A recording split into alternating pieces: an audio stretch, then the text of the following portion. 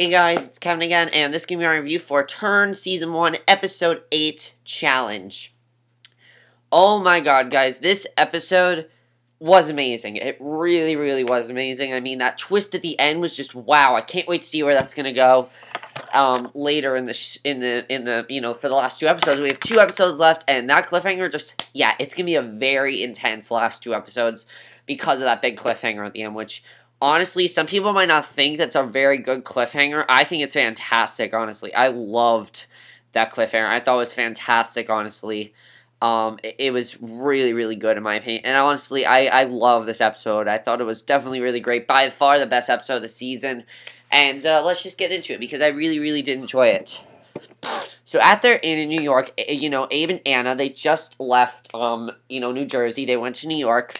I expected Mary to follow them, but she ended up not following them probably because she's not even in the episode. So Richard's not in the episode either, which honestly is good because Richard's I'm just gonna say right now, Richard is my least favorite character on this show. So I'm glad Richard wasn't in this episode. But Abe wishes Anna luck as she prepares to go to the HMS Jersey to get Sila released. That's what she wants to do in this episode. The main thing is to get Sila released because that's what they have to do. They have to try to get. That's basically what the main plot is. They have to try to get Sila released. So, that's what they want to do. And Sila's one of the slaves. So, she describes her plan to move to Connecticut since she and Sila have nothing left on, Long Island. So, they want to move. So, she, blames her predicament on Abe for ending their engagement. So, yes, Abe and Anna were married in real life. Mary was completely wrong last week. Anna did not lie about that. They were married before, they were about to get married before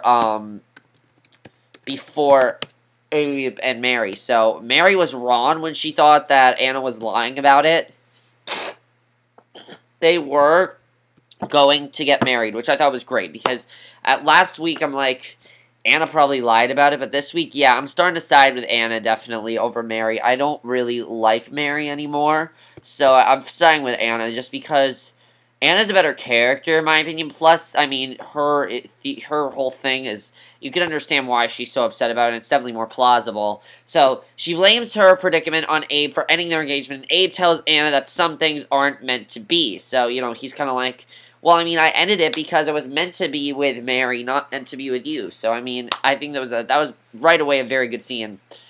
So, Caleb looks for Samuel, who, of course, is Ben's brother. They're trying to look for Ben's brother at the POW exchange. They're surprised to see Sila instead. And nearby, Robert Rogers hides in the wood, rifle at the ready, waiting for Ben to arrive. So... they saw Sila. So, the HMS Jersey warden meets Anna on the Jersey. He looks up Sila's name in his log, and he says deceased, and Anna's shocked. So, he just said to Anna that Sila's dead, which we know he's not dead, but Anna thinks he's dead at this point. So, unable to wait for Caleb to return with Samuel, Ben leaves headquarters to greet his brother. So, Sila tells Caleb that Samuel is dead, and Rogers pulled him off the prison ship. And this is, sending a trap. Caleb throws Sila to the ground. He doesn't believe Sila. He thinks that, someone is trying to trick him, and, maybe they're like, holding Samuel captive or something. He does not believe Sila. So, Rogers shoots at Caleb. This is wounding a soldier. Both sides brandish weapons, and the British Captain Blake, takes some of his men to look for the shooter, finds Rogers, rebucks him for firing under the flag of the truth, and just right away, it's just like, holy shit, this is intense. And honestly, when this show is intense, it's really, really good. When this show has a lot of violence, it's really, really good. And this is probably one of my favorite scenes out of Turn so far. I absolutely loved this scene. I thought it was so, so good. It was like, oh, holy shit, like, seriously, it was really, really strong. This episode, it really was. So, Abe conducts negotiating the sale of Sila and Anna's cauliflower to Cook, and he asks for suggestions for a nighttime entertainment. So, Cook offers to take him to a dinner at John Andre's house. Most of the episode...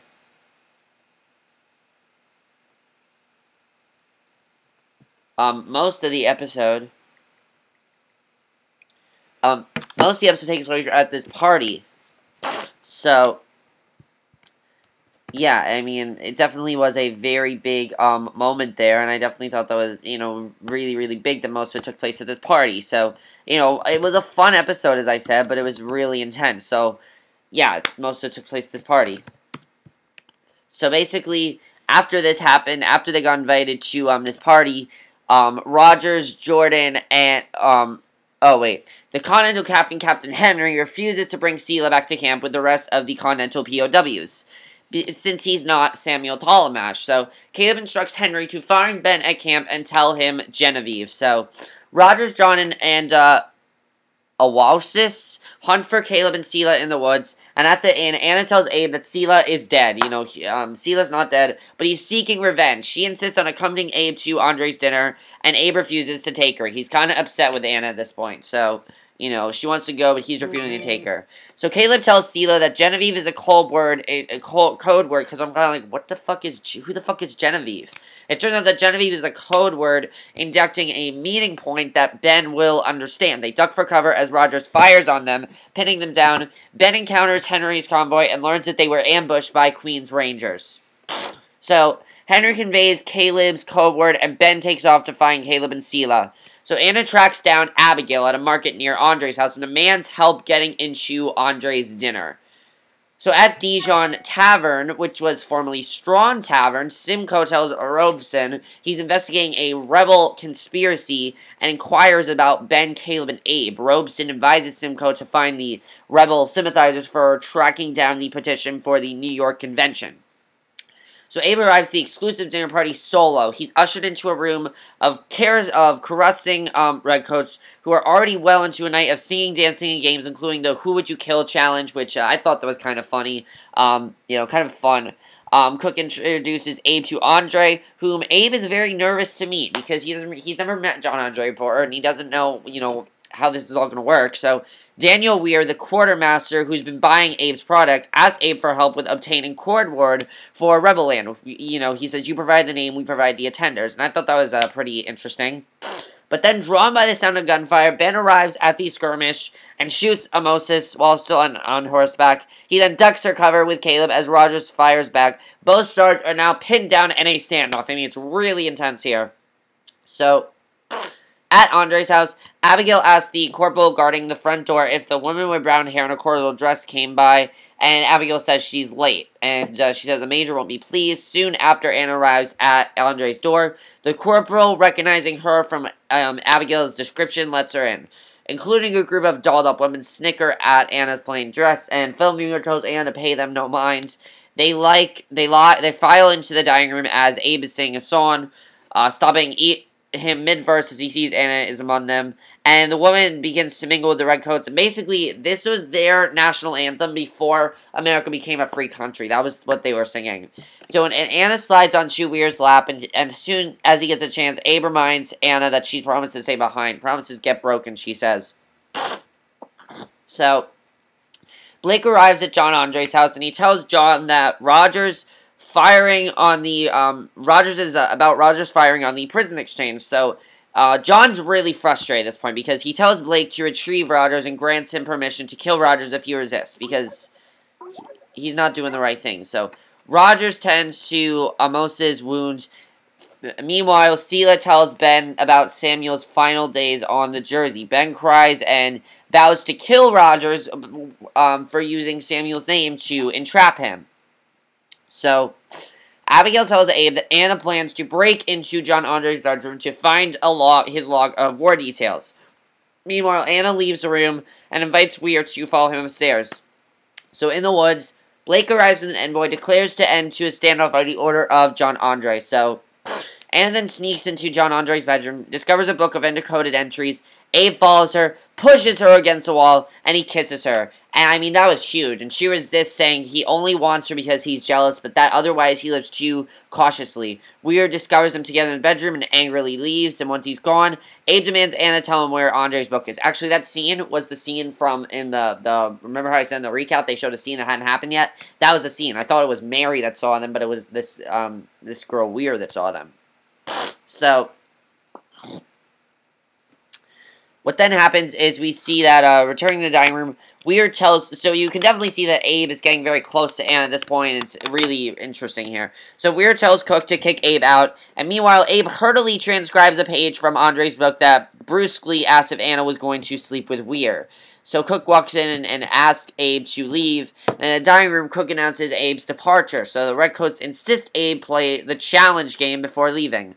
Basically, the challenge game is, who would you kill if you could get away with it? And he says, I would kill the man who killed my brother, and relays the story of how his brother was killed in a riot started by a drunk fool who placed a Farragut cap on the Liberty Pole. And basically, we find out that the way his brother was killed was the riot at King's College that Abe recalled in episode 3, Cabbage of Kings. So yeah, that's pretty big, and I'm wondering exactly who who the drunk fool was that killed his father. I mean, that killed his brother. I think that's going to be probably one of the big plots of the last 2 episodes, is who killed Abe's brother.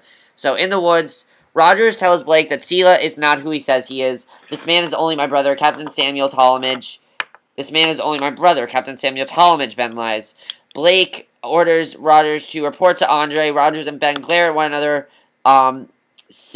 Though this battle has ended, the clash between them is far from over. So at Whitehall, Simcoe tells Hewlett about the petition. He has this petition now. And Hewlett recalls Richard mentioning a petition that names Sila Strawn as a delegate to an illegal body. He encourages Simcoe to quietly continue a search for setauket rebels. And then the very last scene, which was very surprising. I mean, I was so surprised by this last scene, but I love this last scene because, honestly, this whole episode, you can see that Anne and Abe had a lot of chemistry going for them. You can see it had a lot of chemistry. They, you were really into their relationships, and I myself was very into their relationship. And we see that they go into a room, and Anna says, you started the riot. And Abe says, who else knows? And she says, just you. He replies, they end up kissing. They end up making out, and then they have sex. So, yes, Abe just cheated on Mary. So, yeah, it's going to be a really big next 2 episodes. I really expected that to happen, for him to cheat on Mary, because this is AMC. They do that with these shows. They did it with Mad Men. Now they're doing it with Turn. And honestly, I'm happy that they're doing that, because I really enjoyed Anna's character in this episode. I actually really do like Abe and Anne together, and I hope they do get together eventually. But when Mary finds out, she's going to be pissed, because the whole big thing, the whole big question that's answered in this episode is when Mary said, the guy said, Mary, it's for business only. Clearly, it's not for business only. Clearly, they do have a connection, and they really do like each other. So, it definitely is going to be a really big next 2 episodes. So there's a lot of stuff I am wondering. Who killed Abe's brother? I'm interested in seeing what's going to happen there. I'm sure we're going to find out what happened there, but we'll have to see. Is Anna going to find out that Sila's alive? I'm pretty sure she is. She thought that Sila was, they lied to her and said Sila was dead. So I'm sure she's going to find out that Sila is alive. And how is Simcoe going to quiet, who are these setauket rebels? Do you think one of those rebels could be, I'm thinking that's really bad, because the rebels could be probably like Abe and Ben and Caleb, so that's going to be interesting to see. But I can't wait for the next 2 episodes. It's going to be really great. This was a fantastic episode. Best episode of the season by far. Let me know what you guys thought of this episode. That's been my review. Hope you enjoyed. My next review will be for the season finale of Mad Men, which, by the way, guys, I shot that episode when I recorded that episode. I shot it last night, and I didn't get to do this review till today, so that's why it might look different. So I'll see you guys for my review of that. Okay, bye.